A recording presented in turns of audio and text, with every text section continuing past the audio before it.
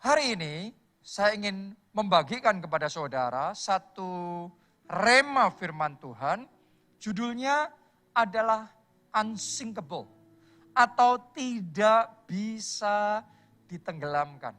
Tahukah saudara bahwa di dalam Tuhan kita bisa punya kehidupan yang tidak bisa ditenggelamkan.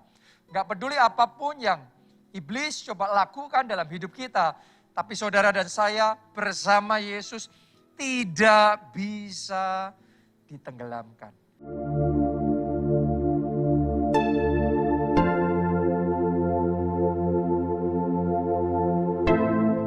Nah, terlebih dahulu saya mau bagikan 3 jenis orang terkait bisa atau tidak bisa ditenggelamkan ini. Yang pertama, orang yang hidupnya selalu tenggelam. Oke, jadi kalau Anda baca di dalam kamus bahasa Indonesia, tenggelam artinya masuk terbenam ke dalam air, karam, jatuh dalam kesengsaraan, hilang, atau lenyap. Ada berapa banyak orang dalam hidupnya selalu merasa tenggelam? Ya, tenggelam dalam kesedihan, tenggelam di dalam masalah. Semua orang alami masalah, tapi sebagian orang benar-benar tenggelam dalam masalah. Semua orang pernah sedih, tapi ada sebagian orang yang terus tenggelam dalam kesedihan, tenggelam di dalam kemiskinan, tenggelam dalam sakit penyakit.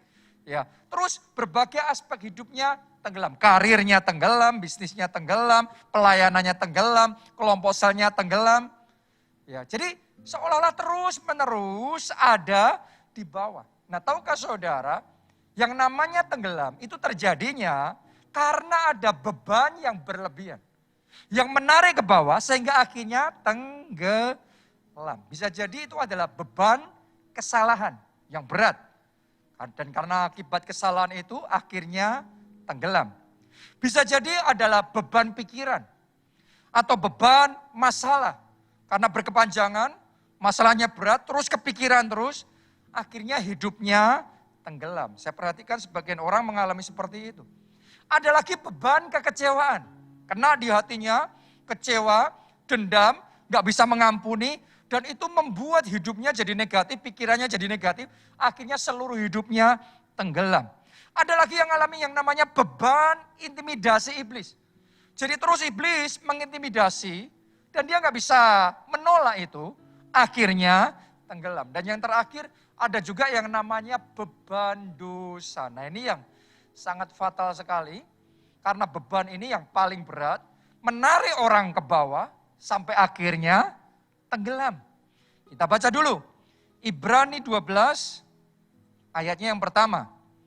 Karena kita mempunyai banyak saksi, bagaikan awan yang mengelilingi kita. Ini petunjuk firman Tuhan buat kita semua. Marilah kita menanggalkan semua beban. Jadi Anda yang selama ini terus tenggelam gara-gara beban, ini pesan firman Tuhan. Tanggalkan semua beban. Dan apa? Dosa yang begitu merintangi kita dan berlomba dengan tekun dalam perlombaan yang diwajibkan bagi kita. Jadi Anda harus ngerti, yang namanya beban dosa itu akan menenggelamkan hidup kita. Beban dosa akan menenggelamkan keluargamu, kesehatanmu, pekerjaanmu, keuanganmu. Karena itu tanggalkan. Ambil keputusan dengan tegas, memotong, memangkas beban dosa itu. Sehingga mulai hari ini saya nubuatkan di dalam nama Yesus, Anda tidak lagi tenggelam, tapi saudara naik ke atas, pemulihan terjadi di dalam hidup saudara. Amin. Nah, itu yang pertama. Jenis orang yang pertama adalah orang yang hidupnya selalu tenggelam. Yang kedua, orang yang diangkat sesaat, jadi naik karena diangkat, tapi setelah itu tenggelam lagi, turun lagi. Jadi nggak konsisten kehidupannya. Saya bacakan dulu di 2 Tawarik 26, ayatnya yang ke-5, dan terus lompat ayat 16. Ini kisah tentang Raja Uzia Raja Uzia ini gambaran orang yang diangkat sesaat tapi setelah itu tenggelam kembali. Saya bacakan. Ayat 5, ia, Raja Uzia, mencari Allah selama hidup Sakaria. Nah ini satu tanda tanya. Karena ia mencari Allah selama hidup Sakaria. Bukan selama hidupnya, tapi selama hidup Sakaria. Yang mengajarinya supaya takut akan Allah. Dan selama ia mencari Tuhan, Allah membuat segala usahanya berhasil. Jadi selama ia mencari Allah, ia berhasil. Ia tetap naik dan tidak turun. Nah tetapi kita lompat ayat yang ke-16. Ada sesuatu terjadi yang membuat hidupnya berubah dari yang tadinya naik ke atas, terus kemudian mulai turun ke bawah. Ayat 16. Setelah ia menjadi kuat, ia menjadi tinggi hati. Nah, Anda perhatikan. Ya, tadinya rendah hati. Tapi kadang orang setelah diberkati jadi tinggi hati. Tadinya waktu nobody, ya itu bisa baik. Tapi setelah diangkat, dikasih jabatan yang tinggi, tiba-tiba kesombongan mulai muncul. Sikapnya sama orang lain mulai tidak baik. Nah ini yang dialami oleh Raja Uzia. Ya, setelah ia menjadi kuat, Alkitab mencatat, ia menjadi tinggi hati. Sehingga ia melakukan hal yang merusak.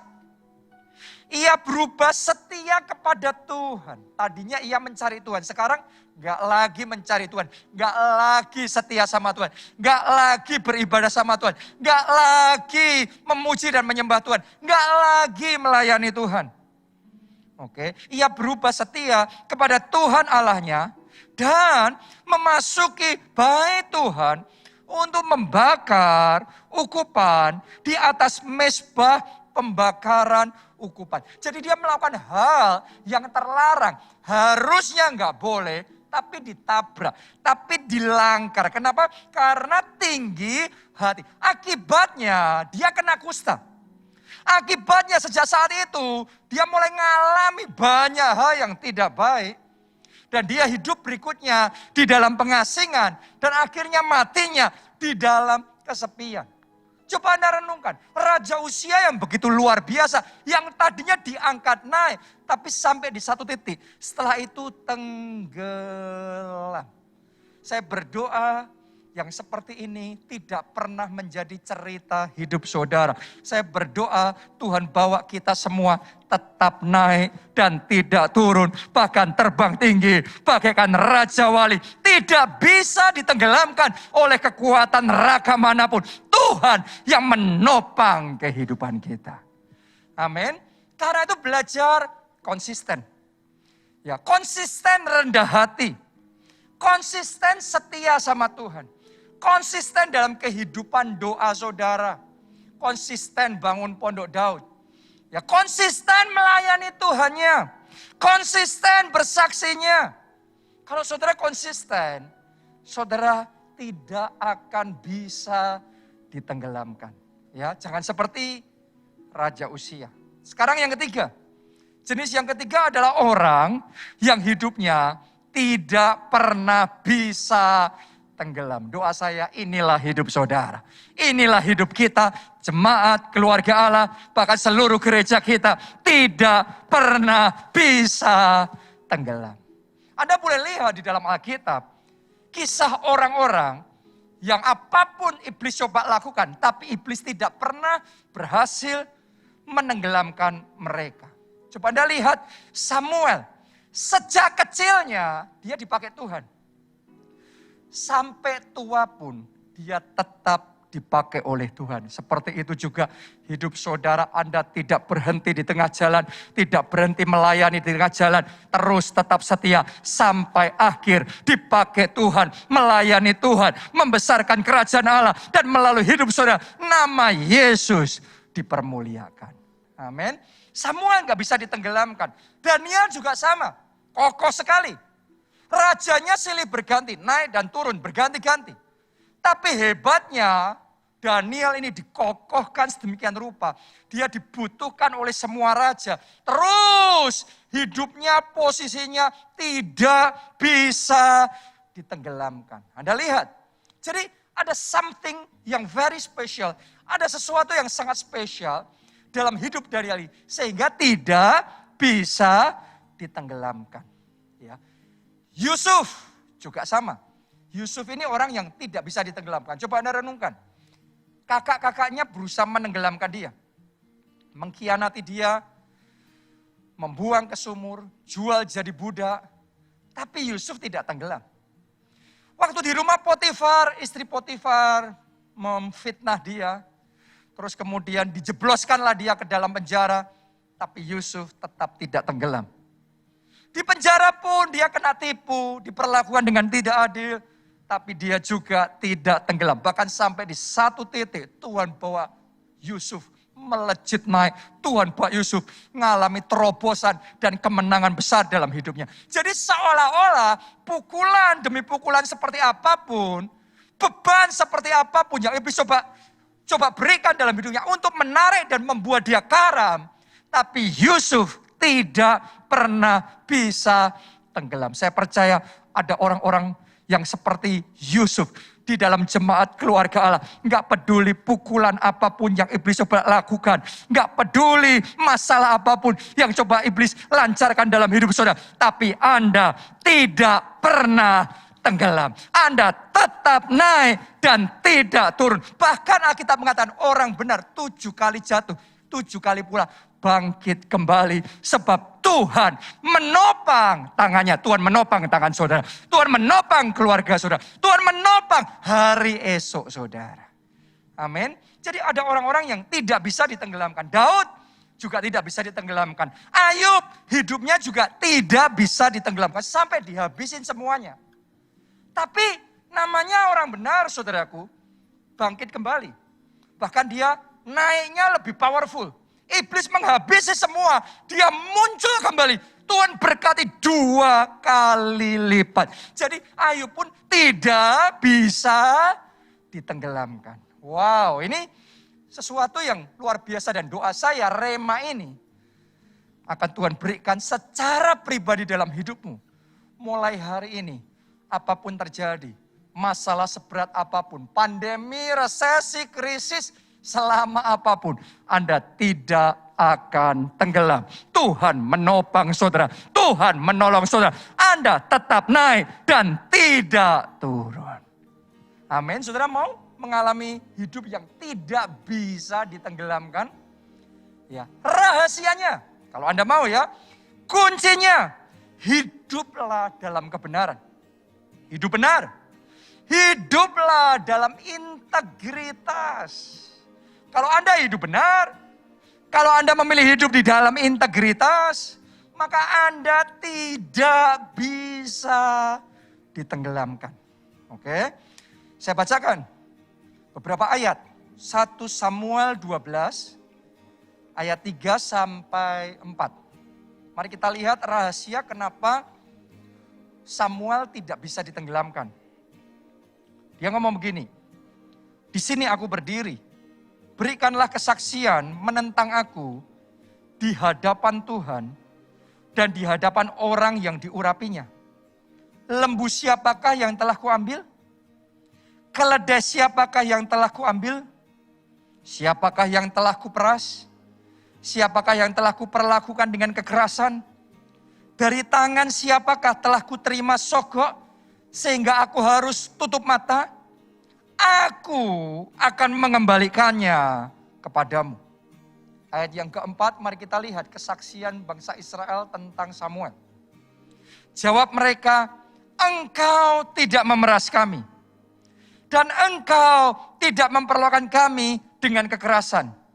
Dan engkau tidak menerima apa-apa dari tangan siapapun. Coba saudara lihat, artinya Nabi Samuel ini, walaupun jabatannya tinggi, walaupun dia orang yang sangat berkuasa, dia yang memilih dan mengurapi raja. Coba, Anda harus ngerti. Samuel ini, kingmaker. Samuel ini, dia yang mencetak, dia yang mengangkat, dia yang mengurapi raja. Jadi dia sangat powerful. Kalau dia mau gunakan kekuasaan untuk mendapatkan keuntungan pribadi, sangat mampu dia. Tetapi dia memilih tidak melakukan itu. Dia memilih hidup di dalam integritas. Itu sebabnya apapun boleh terjadi. Tapi Nabi Samuel tetap bertahan sampai akhir hidupnya. Sampai garis finish. Dia finish strong. Dia mengakhiri pertandingan dengan baik. Dan dia menjadi pemenang. Doa saya, Anda juga sampai garis akhir. Dan jadi pemenang. Amin. Gak pernah bisa ditenggelamkan. Yang berikutnya, sekarang kita lihat Daniel ya. Kita baca di dalam kitab Daniel 6, ayat 4 sampai 5. Mari kita perhatikan alasan Daniel gak bisa ditenggelamkan. Maka Daniel ini melebihi para pejabat tinggi dan para wakil raja itu, karena ia mempunyai roh yang luar biasa. Dan raja bermaksud untuk menempatkannya atas seluruh kerajaannya. Ayat 5, kemudian para pejabat tinggi dan wakil raja itu mencari alasan dakwaan terhadap Daniel dalam hal pemerintahan. Perhatikan saudaraku, Daniel ini dicari-cari kesalahannya. Tetapi mereka tidak mendapat alasan apapun atau sesuatu kesalahan, sebab ia setia dan tidak ada didapati sesuatu kelalaian atau sesuatu kesalahan padanya. Wow. Ini orang yang bersih. Ini orang yang hidupnya dalam integritas. Coba Anda renungkan. Kalau seandainya sekarang orang-orang pintar, orang-orang hebat nyari kesalahan saudara, kira-kira ketemu nggak kesalahan Anda? Daniel ini dikeroyok sama orang-orang paling pintar, paling hebat di negeri itu, dikorek kesalahannya, tetapi tidak ditemukan kesalahannya. Kenapa? Karena Daniel hidup dalam integritas. Dia memilih hidup benar di hadapan Allah. Itu sebabnya Daniel tidak bisa ditenggelamkan. Musuh-musuhnya mencoba melempar dia ke gua singa pun. Tapi Daniel dipertahankan oleh Tuhan. Dibela oleh Tuhan. Saya mau nubuatkan. Orang lain, iblis boleh berusaha menghempaskan saudara. Tetapi pembelaan Tuhan nyata atas hidupmu. Penjagaan Tuhan nyata atas hidup saudara. Itu sebabnya hiduplah dalam integritas. Karena integritas akan membuat hidup kita tidak bisa ditenggelamkan. Seperti Daniel tidak bisa ditenggelamkan, saudara juga tidak bisa ditenggelamkan. Masa depanmu tidak bisa ditenggelamkan, pelayananmu tidak bisa ditenggelamkan. Amin. Bahkan pekerjaan, keuangan saudara, keluarga saudara tidak bisa ditenggelamkan. Satu lagi ya, kita lihat Ayub sekarang. Kenapa kok dia tidak bisa ditenggelamkan? Ayub 2 ayat yang ketiga. Firman Tuhan kepada iblis, apakah engkau memperhatikan hambaku Ayub? Sebab tiada seorang pun di bumi seperti dia yang demikian saleh. Perhatikan, demikian saleh dan jujur. Yang takut akan Allah dan menjauhi kejahatan. Ini hebat sekali nih, Ayub nih. Ia tetap tekun dalam kesalehannya. Kata tetap tekun dalam kesalehannya dalam Alkitab bahasa Inggrisnya, ya, still hold fast to his integrity. Jadi dia integritasnya itu dipegang kencang, dipegang kuat-kuat. Meskipun engkau telah membujuk aku melawan dia untuk mencelakakannya tanpa alasan. Wow. Jadi dari sini, saudara ngerti kenapa Ayub tidak bisa ditenggelamkan. Iblis itu melancarkan serangannya bertubi-tubi kepada Ayub. Tapi Ayub tidak bisa ditenggelamkan. Dia selalu naik lagi. Dia selalu bangkit kembali. Karena Ayub orang yang menjaga integritas. Jadi hari ini saya berdoa, saudara dan saya sungguh-sungguh terbuka mata rohani kita untuk bisa melihat bahwa orang yang hidup di dalam integritas akan dijaga, dibela oleh Tuhan sehingga kita tidak bisa ditenggelamkan. Karena saya tahu iblis akan terus berusaha menenggelamkan saudara, tapi hidup dalam integritas, hidup di dalam kebenaran, Anda tidak bisa ditenggelamkan. Oke, nah sekarang pertanyaannya, kenapa orang yang hidup dalam integritas, orang yang hidup benar, gak bisa ditenggelamkan? Apa urusannya hidup benar dan tidak bisa ditenggelamkan? Nomor satu, Tuhan melindungi orang benar. Jadi kalau engkau hidup benar, perlindungan Tuhan ada. Karena perlindungan Tuhan ada, maka engkau tidak bisa ditenggelamkan. Amsal 14 ayat 32. Orang fasik dirobohkan karena kejahatannya. Jadi kalau Anda pikir orang jahat itu semakin kokoh, Anda tunggu tanggal mainnya saja. Karena akan tiba orang fasik dirobohkan karena kejahatannya. Tetapi orang benar mendapat perlindungan karena ketulusannya. Wow, ini luar biasa sekali. Jadi kalau saudara hidup di dalam ketulusan, hidup dalam kebenaran, dalam integritas, ditulis akan mendapat perlindungan. Perlindungannya bukan dari manusia, tapi perlindungan dari Tuhan. Dan kalau Allah yang melindungi saudara, kekuatan neraka mana yang mampu menembus perlindungan Allah? Anda aman di dalam perlindungan Tuhan. Ya, Anda bisa melihat kisahnya Lot.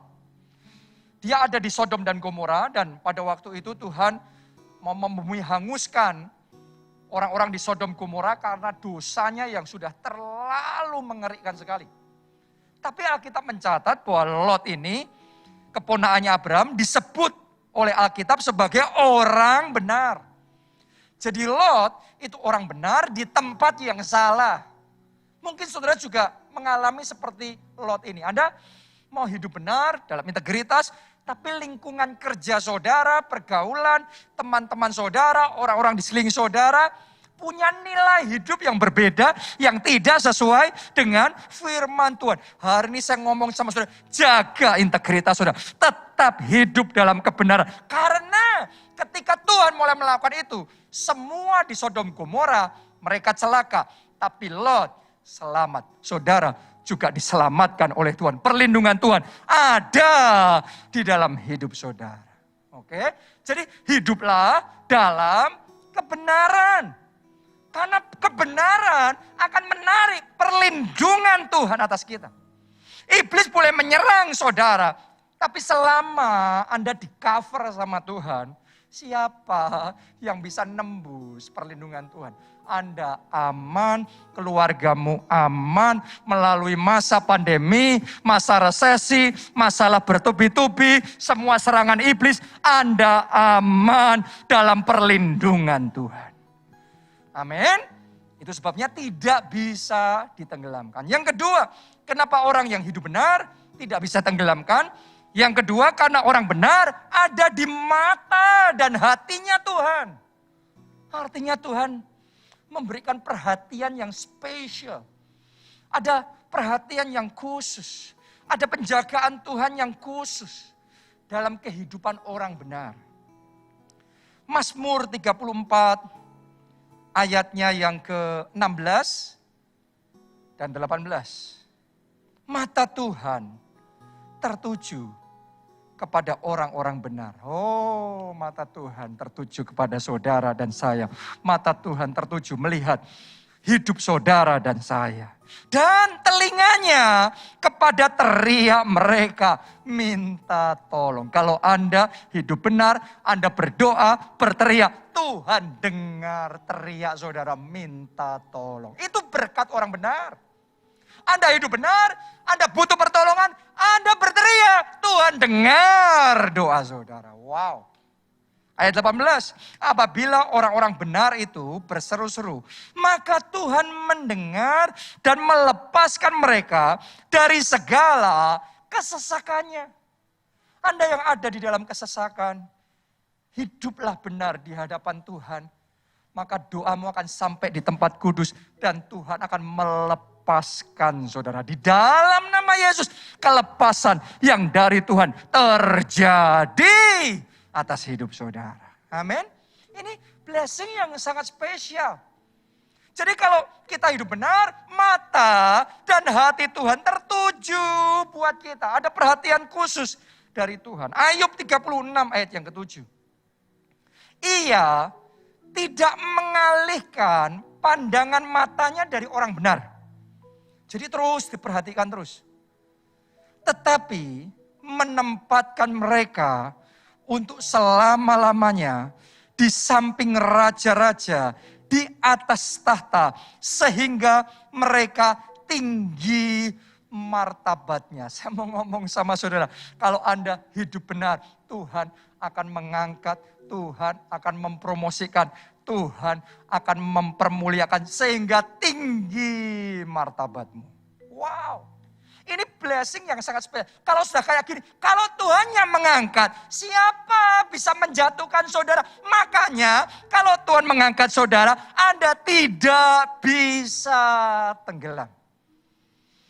Oke, yang ketiga, alasan orang benar gak bisa tenggelam adalah orang benar akan tetap kuat. Ayub 17 ayat 9. Meskipun begitu, orang yang benar tetap pada jalannya. Dan orang yang bersih tangannya, apa yang terjadi? Bertambah-tambah kuat. Ditulis di sini bertambah-tambah. Artinya dari waktu ke waktu semakin kuat. Tambah kuat lagi. Lebih kuat lagi. Jadi bukan cuma orang benar itu kuat, tapi semakin lama semakin kuat. Saya nubuatkan itu yang Anda alami dalam hidup saudara. Pernikahan saudara semakin lama semakin kuat. Sukacitamu semakin lama semakin kuat. Saya berdoa keuangan saudara bertambah-tambah kuat. Pekerjaan saudara bertambah-tambah kuat. Kehidupan rohani bertambah-tambah kuat. Imanmu bertambah-tambah kuat. Pelayananmu bertambah-tambah kuat. Nama Tuhan dipermuliakan di dalam hidup saudara. Itu berkat orang benar. Berjalan makin lama makin kuat.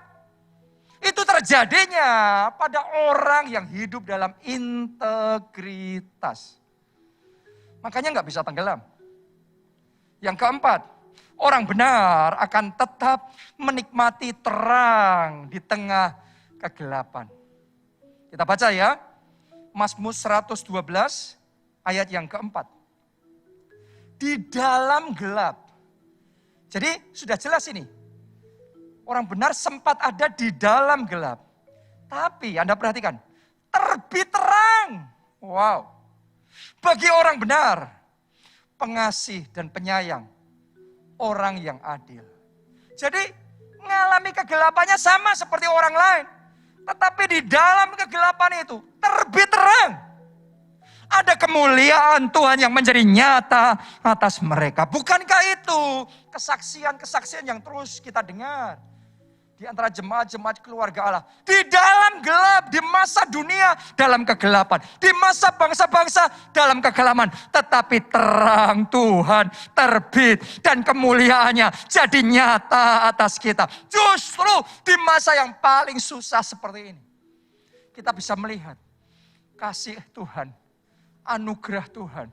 Sungguh nyata atas kita. Saya berdoa hari ini jadilah itu dalam hidup saudara. Sekalipun engkau sedang melewati lembah kekelaman. Tetapi gadanya dan tongkatnya menjaga saudara. Dan Tuhan menuntun saudara di dalam gunung kemuliaan Tuhan yang luar biasa. Makanya iblis nggak bisa menenggelamkan orang benar. Karena dalam gelap pun tetap ada terang kemuliaan Tuhan. Amazing. Ya tidak bisa ditenggelamkan. Yang kelima, ada berkat dan anugerah besar bagi orang benar. Saya bacakan Mazmur 5 ayatnya yang ke-13. Sebab engkaulah yang memberkati orang benar. Jadi bukan semua orang Kristen loh ya. Ditulis di sini, engkaulah yang memberkati orang benar ya Tuhan. Engkau memagari dia dengan anugerahmu seperti perisai. Wow. Mulai hari ini keluargamu dipagari seperti perisai. Mulai hari ini kesehatanmu dipagari seperti perisai. Mulai hari ini Tuhan memberkati saudara berlimpah-limpah. Itu yang dialami dan disaksikan oleh Daud. Di Mazmur 37 ayat 25 dia berkata, dahulu aku muda, sekarang aku telah menjadi tua. Berarti puluhan tahun sudah berlalu. Tetapi tidak pernah kulihat orang benar ditinggalkan atau anak cucunya meminta-minta roti. Anda tidak akan ditinggalkan, anak cucu saudara tidak akan ditinggalkan, keluarga saudara tidak akan ditinggalkan. Berkat dan anugerah Tuhan selalu ada dalam hidup saudara. Karena itu, saya ajak saudara ambil keputusan, berani hidup benar. Dunia mungkin punya pemikiran dan konsep yang berbeda. Tapi saya ajak saudara, saya tantang saudara, ambil keputusan, hidup benar, hidup dalam integritas. Boleh katakan amin saudaraku. Ya, integritas dalam perkataanmu. Maksudnya gimana? Kalau ngomong, kalau berjanji, ditepati. Orang yang dipegang apanya? Ya perkataannya. Berapa banyak orang perkataannya nggak berintegritas, ngomong sebentar, berubah lagi. Kalau saudara punya integritas dalam perkataan, Anda konsisten. Ya, miliki integritas di dalam pernikahan saudara. Setia dengan pasangan saudara. Bukan setia cuma waktu dia ada. Tapi waktu dia nggak ada pun Anda tetap setia. Bukan cuma setia secara jasmani, tapi dalam pikiran pun Anda tetap setia. Dalam hati pun Anda tetap setia dengan pasangan saudara. Jaga pernikahan saudara dalam integritas. Saya ajak saudara, miliki integritas di dalam kehidupan sosial, di dalam pergaulan. Jangan bergosip. Tahu nggak saudaraku, sebagian orang kalau di depan orang lain, wah baik sekali. Tapi setelah itu di belakangnya, wah jelek-jelekin luar biasa. Saya mau ngomong sama saudara, itu namanya tanpa integritas. Orang kalau hidup dengan integritas, di depannya dan di belakangnya sama. Jadi mulai hari ini mari kita komitmen hidup dalam integritas. Dalam pergaulan, dalam kehidupan sosial kita hidup dalam integritas. Integritas dalam keuangan. Ini penting sekali. Karena banyak orang berkata, ya, wah banyak orang tuh baik. Sampai berurusan tentang uang. Kalau sudah urusan tentang uang, ceritanya beda. Kenapa? Karena nggak ada integritas di situ. Hari ini saya ajak saudara miliki integritas dalam keuangan. Semua tanggung jawab hutang, tanggung jawab pajak, tanggung jawab kewajiban-kewajiban, tanggung jawab persepuluhan. Saya mau ngomong sama saudara, hiduplah dalam integritas. Miliki integritas di dalam pekerjaan. Lakukan yang terbaik. Kalau saudara bekerja, ada atau tidak ada atasan saudara, do your best. Seperti untuk Tuhan, bukan untuk manusia. Itu hidup, bekerja dalam integritas. Miliki integritas di dalam melayani Tuhan. Saya tantang saudara, mau di gereja, mau di rumah, ayo kita layani Tuhan dengan segenap hati kita. Layani Tuhan secara pribadi. Layani juga Tuhan secara publik, secara umum. Di dalam gereja Tuhan. Jadi dua-duanya jalan. Miliki integritas di dalam setiap aspek hidup saudara. Maka semua berkat orang benar akan dicurahkan dalam hidupmu. Dan engkau tidak bisa tenggelam. Amin. Kuncinya supaya bisa hidup benar dalam integritas adalah minta pertolongan Roh Kudus. Karena tanpa Roh Kudus kita tidak mampu. Anda boleh berusaha hidup benar, gagal lagi. Anda boleh berusaha hidup dalam integritas. Salah terus. Tapi oleh pertolongan Roh Kudus, kita dimampukan. Oleh pertolongan Roh Kudus, kita dikuatkan. Oleh pertolongan Roh Kudus, jalan hidup kita diluruskan. Oleh pertolongan Roh Kudus, kekudusannya mengalir. Menguduskan pikiran, menguduskan hati, menguduskan setiap hidup kita. Sehingga hidup kita dikuduskan. Kita hidup benar, kita hidup dalam integritas. Dan karena itu, Tuhan akan memastikan kita tidak bisa ditenggelamkan.